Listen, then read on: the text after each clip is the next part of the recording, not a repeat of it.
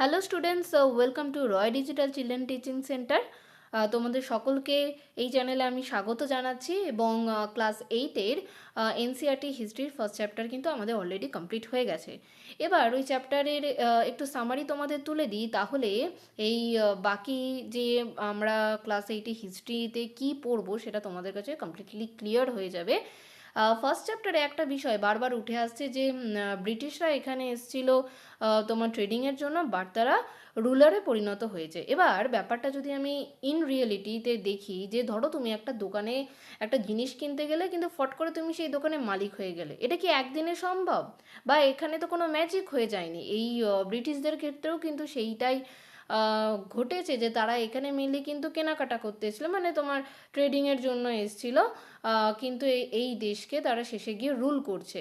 এবং এই ঘটনাটাও একদিনে হয়নি এবং তার জন্য অনেক কিছু ঘটেছে। এবং ভিডিও শুরুতে প্রথমেই বলে দিই যে তাদের কিন্তু কোনো লক্ষ্যই ছিল না বা ইচ্ছাও ছিল না যে তারা ইন্ডিয়াকে রুল করবে। তারা মেনলি এখান থেকে নিজেদের লাভটা, প্রফিটটা তুলতে এসছিল।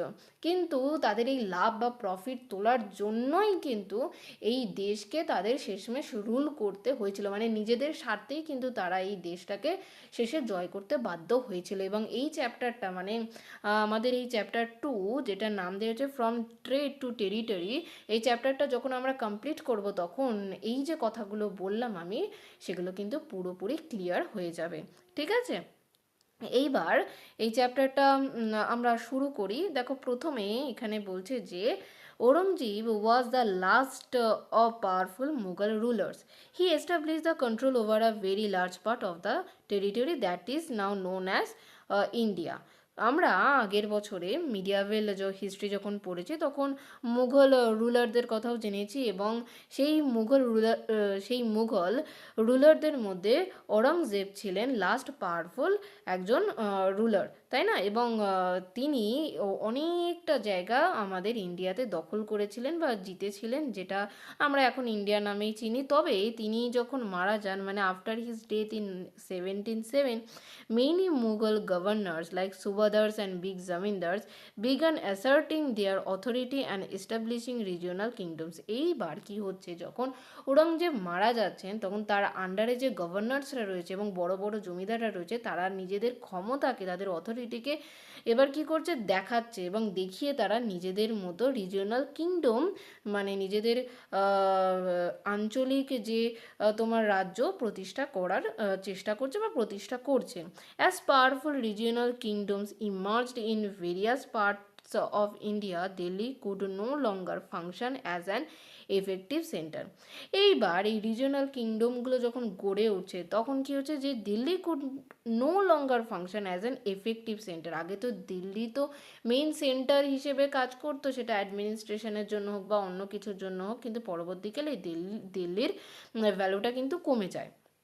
By the second half of the 18th century, however, a new power was emerging on the political horizon, the British. এইবার এই যে 18th সেঞ্চুরির সেকেন্ড হাফে একটা নতুন মানে তুমি বলতে পারো যে পলিটিক্সের জগতে একটা নতুন দিগন্ত উন্মোচন হচ্ছে, কি না সেটা হচ্ছে British. Did you know that British originally came as a small trading company and were reluctant to acquire territories? এবং কি বলছে যে দেখো, ব্রিটিশরা কিন্তু এখানে সত্যিই এসেছিল ট্রেডিং করতে, এবং তাদের কিন্তু ওই টেরিটরিজগুলোকে জয় করে নেওয়া, অধিকার করে নেওয়া, তাদের কিন্তু অত ইচ্ছা টিচ্ছা ছিল না। How then did they come to be the master of a vast empire? তাহলে তোমরা এবার বলো যে তাদের যখন এই টেরিটরি জয় করার কোনো ইচ্ছাই ছিল না, তাহলে এই বড় সাম্রাজ্যের তারা মাস্টার কিভাবে হলো? In this chapter you will see how this came about, এবং এই চ্যাপ্টারেই তুমি জানতে পারবে এটা কিভাবে ঘটেছে। আমরা যদি হিস্ট্রিকে অ্যাজ আ স্টোরি হিসেবে, মানে রিয়েল স্টোরি হিসেবে যদি আমরা পড়ি, তাহলে কিন্তু আমাদের কাছে হিস্ট্রিটা ভীষণ ভীষণ ইন্টারেস্টিং হয়ে দাঁড়ায়। ঠিক আছে, এরপর দেখো কি বলছে, যে east India company comes east. এবার ইস্ট ইন্ডিয়া কোম্পানি তোমার এই যে এশিয়ান কান্ট্রিগুলোতে আসছে তাদের নিজেদের প্রফিটের জন্য, ট্রেড করার জন্য। তো in 16th century the East India company acquired a charter from the ruler of England Queen Elizabeth I, granting it sole right to trade with the East. এইবার ইস্ট ইন্ডিয়া কোম্পানি বলে একটি company ছিল, যারা ইংল্যান্ডের যে ruler ছিলেন রানী বা queen Elizabeth ওয়ানের কাছ থেকে একটা রাইট পায় যে একমাত্র তারাই ইংল্যান্ডের অন্যান্য আর কোনো ট্রেডিং কোম্পানি না, একমাত্র ইস্ট ইন্ডিয়া কোম্পানি ইস্টে এসে ওরা ট্রেড করতে পারবে। And this meant that no other trading group in England could compete with the East India Company. বোঝাই গেল কি বললাম? With this charter the company could venture across the ocean and looking for new lands from which it could buy goods at cheap price and carry them back to Europe to sell at higher price. এবং এই যে রাইটটার জোরেই তারা কিন্তু তোমার বড় বড় Oshane পাড়ি দিল এবং তারা এমন একটা ল্যান্ড তারা খুঁজছিল, দে আর লুকিং ফর, মানে তারা অন্বেষণ করছিল বা খুঁজছিল কীরকম ল্যান্ড খুঁজছিল যে যেখানে তারা কম পয়সায় জিনিস কিনবে এবং ইউরোপে ফিরে এসে সেটা অনেক দামে সেটা বিক্রি করবে। And the company did not have to fear competition from other English trading companies.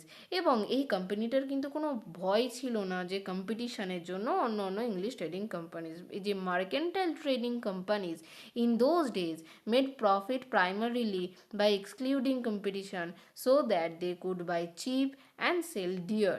কি বলছে যে এই যে মার্কেন্টাইল ট্রেডিং, এইবার মার্কেন্টাইল ট্রেডিং কিন্তু আমাদের জানতে হবে। মার্কেন্টাইল মানে কি? A business enterprise that makes profit primarily through trade and buying goods cheap and selling them at higher price. ঠিক আছে, এরা কম টাকায় জিনিস কিনে বেশি টাকায় বিক্রি করবে, এটাই হচ্ছে মার্কেন্টাইল ট্রেডিং কোম্পানি। আর সেই সময়ে ওরা প্রফিট কিভাবে করতো? বা এক্সক্লুডিং কম্পিটিশন সরিয়ে দিয়ে, so that they could buy cheap and sell dear, কম টাকায় কিনে বেশি দামে সেগুলো বিক্রি করতে পারতো। এবার এই যে রয়্যাল চার্টারটা তারা পেল কুইন এলিজাবেথ ওয়ানের কাছ থেকে, however could not prevent other European power from entering the eastern market. দেখো ইংল্যান্ডের বাকি যে ট্রেডিং কোম্পানি আছে তারা যেতে পারবে না, বাট আলাদা আলাদা ইংল্যান্ড ছাড়াও তো আলাদা আলাদা কান্ট্রি রয়েছে ইউরোপে, তাদেরকে তো আটকানোর ক্ষমতা কুইন এলিজাবেথের নেই। By the time the first England ship sail down the west coast of Africa round the Cape of Good and cross the Indian Ocean. এবার বলছে বাই দ্য টাইম, এবং সময়ের সাথে দ্য ফার্স্ট ইংলিশ শিপ, এই যে east India কোম্পানির sheep, তারা প্রথমে কোথায় গেল? যে sail down the coast of Africa, সেখান থেকে তারা কোথায় গেল? কেপ অফ গুড, এবং সেটা ক্রস করে তারা এসে পৌঁছলো ইন্ডিয়ান ওশানে। এবং ততদিনে the Portuguese had already establish their presence in the western coast of India. Already কিন্তু পর্তুগিজরা এসে ইন্ডিয়ার ওয়েস্টার্ন কোস্টে, মানে তোমার সমুদ্রের পাড়ে এসে কিন্তু তারা নিজেদের অধিকার তৈরি করতে শুরু করেছে। মানে had their base in Goa, এবং তাদের বেস কোথায় তৈরি করে ফেলেছে? গোয়াতে। ইনফ্যাক্ট প্রকৃতপক্ষে it was Vasco da Gama, a Portuguese explorer who had discover the sea route to India in 1498। এবং এই যে পর্তুগিজরা এখানে ইংলিশ ট্রেডিং কোম্পানির আগে আসতে পেরেছিল কেন? কারণ এটার অন্যতম ক্রেডিট কিন্তু ভাস্কো ডা গামাকে দিতে হয়। তিনি একজন পর্তুগিজ এক্সপ্লোরার ছিলেন এবং তিনি 1498-এ আমাদের এই ইন্ডিয়াকে কিন্তু ডিসকভার করেছিলেন। এবং by the early 17th century the Dutch were to exploring the possibilities.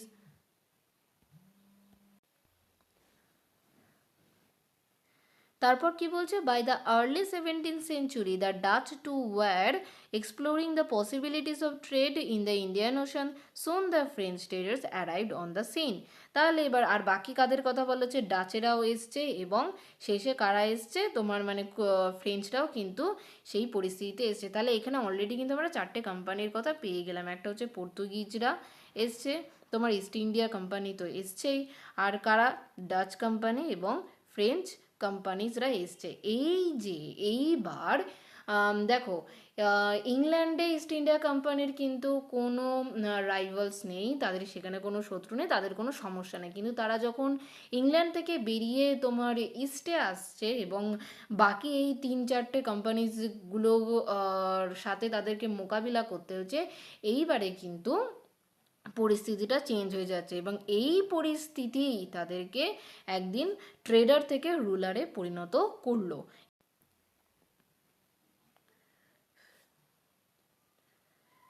The problem was that all the companies were interested in buying the same things. এইবার সমস্যা কি দেখা যাচ্ছে যে এই যে সকল কোম্পানিজরা রয়েছে তারা একই জিনিস কিনতে interested. The fine qualities of cotton silk produce in India had a big market in Europe. এই যে ইন্ডিয়াতে যে সিল্ক, যে কটন, এগুলো মানে খুব সুন্দর কোয়ালিটির যে এগুলো প্রডিউস হচ্ছে, এটা কিন্তু ইউরোপে ভীষণ ডিমান্ড। আর তাছাড়াও এখানে কি কি পাওয়া যাচ্ছে ইন্ডিয়াতে? ইন্ডিয়াতে pepper, clove, cardamom, cinnamon were too in great demand. এইগুলোর ডিমান্ডও, এই স্পাইসেসগুলোর ডিমান্ডও কিন্তু ইউরোপে ভীষণ রয়েছে। So competition amongst the European companies inevitably pushed up and the prices at which these goods could be purchased, and these reduce the profits that could be earned. এইবার এই যে প্রচণ্ড ডিমান্ড কি তৈরি করছে, যে তোমার এই জিনিসগুলোর দাম বাড়িয়ে দিচ্ছে, এবং তারা যে প্রফিট করতে এখানে এসেছিল সেই রকম প্রফিট কিন্তু হচ্ছে না। The only way the trading companies could flourish was by eliminating rival competitors. এইবার তাদের মাথায় একটাই ভাবনা এলো যে তারা যদি একাই নিজেদের বেশি প্রফিটটা নিতে চায়, তাহলে সবার আগে কী করতে হবে, এই যে তাদের বাকি যে কম্পিটিটারগুলো আছে তাদেরকে এলিমিনেট করতে হবে। আর এর জন্য তারা কি শুরু করলো, the urge to secure markets therefore lead to fierce battle between the trading companies. Through the 17th and 18th century, they regularly sank each other's ships, blockaded routes, and prevented rival ships from moving with supplies of goods. মানে এখানে কি বলছে যে এইবার তারা একে অপরকে বাধা দেওয়ার জন্য কি করলো, একে অপরের জাহাজ ডুবিয়ে দেওয়া শুরু করলো, এই যে তাদের রুটগুলো ব্লক করে দেওয়া শুরু করলো, তাদের যে শিপগুলো আছে শিপগুলোর যে গুডস যেগুলো নিয়ে যাচ্ছে সেগুলোতে বাধা দিয়ে দিল। মানে এইভাবে একে অপরেরকে আক্রমণ করা শুরু করলো। And trade was carried on with arms and trading post were protected through fortification.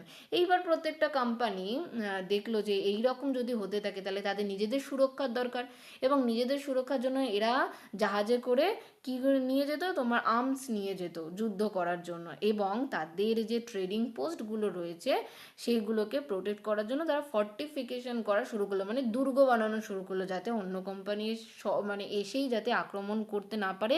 কারণ তারা যে জিনিসগুলো কিনছে একটা জায়গায় এনে প্রথমে গোডাউনে জমা রাখবে, সেই গোডাউনে যদি সুরক্ষিত না হয়, তার জন্য তো ফর্টিফিকেশনের প্রয়োজন। And this effort to fortify settlements and carry on profitable trade also led to intense conflict with the local rulers. এইবার ওই যে তাদের সমস্যাটাই কিন্তু এবার দেশের ভেতরে তারা যখন ফোর্টস তৈরি করছে, তারা যখন এই যে আর্মস নিয়ে, তাদের আর্মস সেটা তাদের ব্যাপার, কিন্তু এই যে ফোর্টস যখন তারা তৈরি করবে, এবার লোকাল যে রুলার্সরা রয়েছে তারা পারমিশন দিতেও পারে, নাও পারে, তাই না? কারণ লোকাল যে রুলার্সরা রয়েছে তাদেরকে যদি তুমি সেই রকম উপহার না দিতে পারো বা সেই রকম রেভিনিউ না দিতে পারো, তাহলে নিশ্চয়ই লোকাল রুলার্সরা তোমায় পারমিশন দেবে না। সেই রকম the company therefore found it difficult to separate trade from politics. এইবার ওরা দেখলো যে না, এইবার আমাকে পলিটিক্সে ঢুকতেই হবে, নয়তো আমি ভালোভাবে এখানে ট্রেড করতে পারবো না। এবং তারপরে কী হলো, so let us see how this happened, এবং এটা কিভাবে হলো সেটা দেখব। তো ইস্ট ইন্ডিয়া কোম্পানি প্রথমে কিন্তু আমাদের এই বাংলাতেই এসেছিল। The first English factory was set up on the bank of the river Hooghly in 1651। খুব ইম্পর্টেন্ট, এটা মনে রাখবা, তোমাদের এমসিকিউতে আসে। And this was the base form which the companies traders known at the time as factors operated. ঠিক আছে, এবং দিস ওয়াজ দ্য বেস, এটা একটা বেস ছিল, ফ্রম হুইচ যেখানে কোম্পানি ট্রেডার্সরা known at the time as factors. Okay, and the factory had a warehouse where goods for export were stores, and it had offices where company officials sat. এবং সেই ফ্যাক্টরিতে কি ছিল, যেখানে তোমার গুডসগুলো এক্সপোর্ট করার জন্য স্টোর করা হতো, একটা গোডাউন টাইপের ছিল, এবং সেখানে অফিসও ছিল, যেখানে কোম্পানির যে অফিসার্সরা রয়েছে বা অফিসিয়ালসরা রয়েছে সেখানে বসতেন।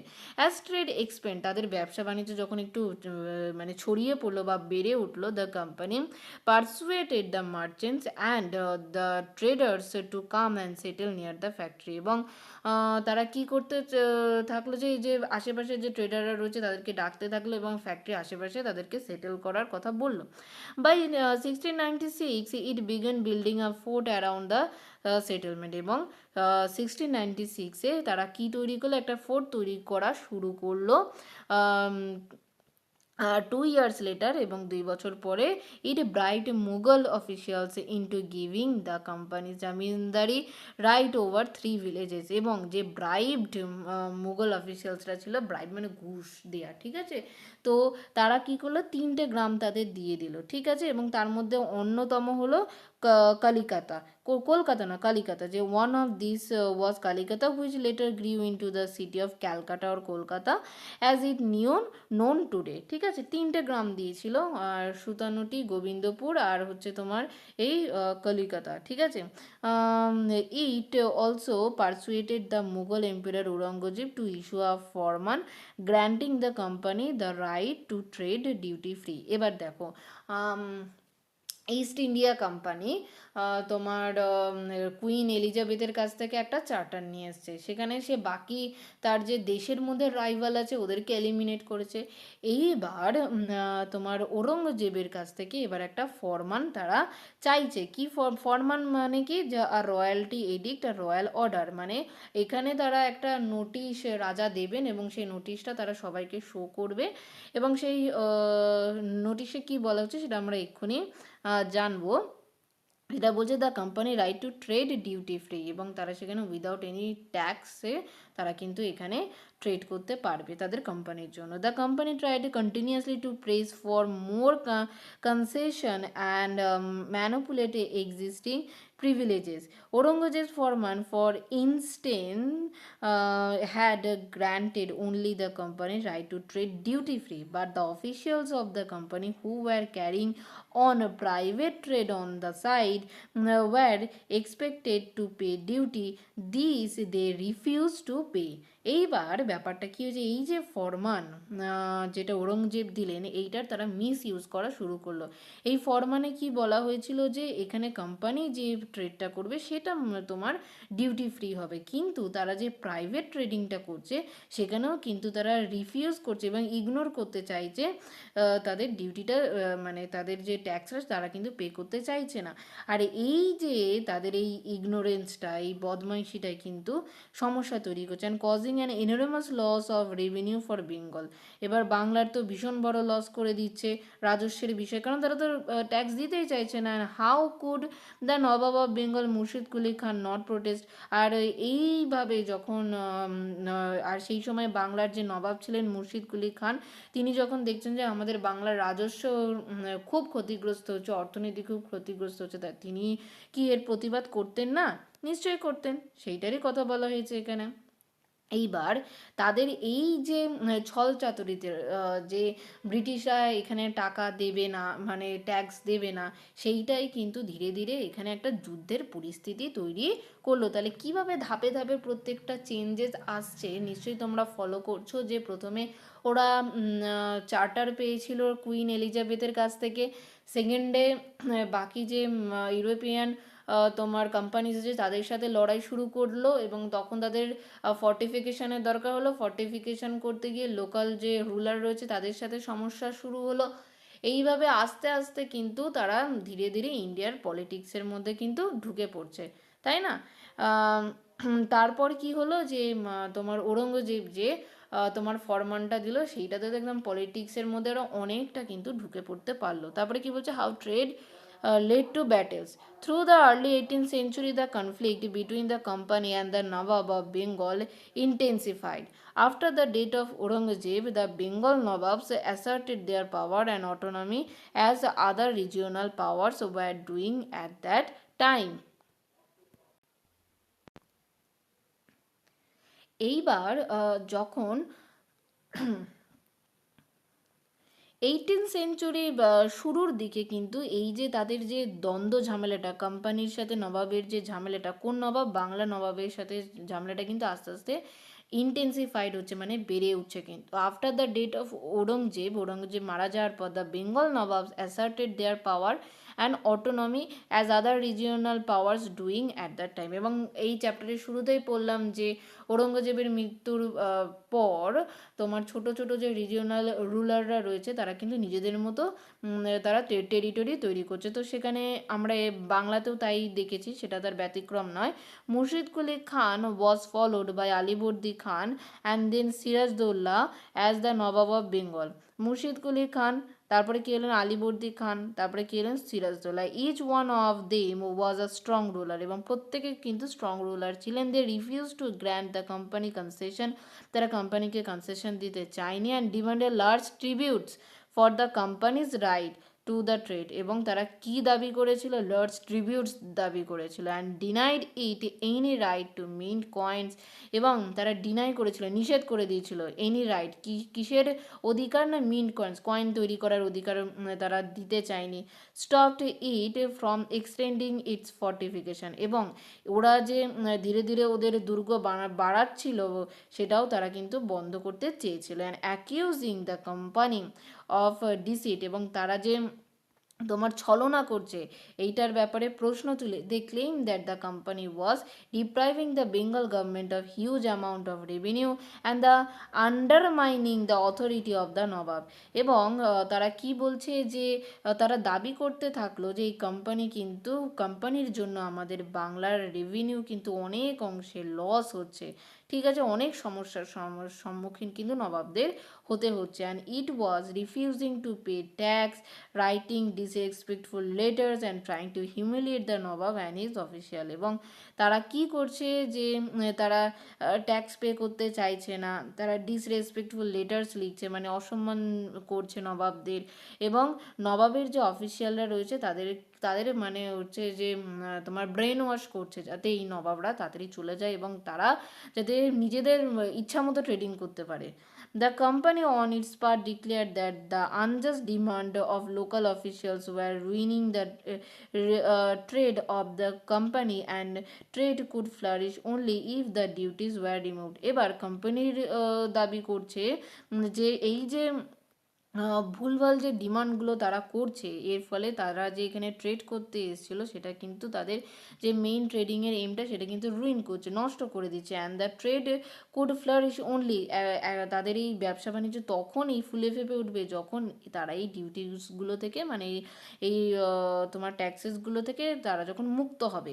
ঠিক আছে, ইট ওয়াজ অলসো কনভিন্সড, তারা আরও কনভিন্স করতে চেয়েছিলো যে that two expand trade it had to enlarge it's settlement, তাদের এই সেটেলমেন্টটাকে একটু বড় করতে হবে। তারা ভিলেজেস কিনতে চেয়েছে অ্যান্ড রিবিল্ড ইটস ফোর্ট, এবং তারা তাদের এই ফোর্টসগুলোও কিন্তু আবার তৈরি করতে মানে তৈরি করার জন্য আবার আবেদন করছে।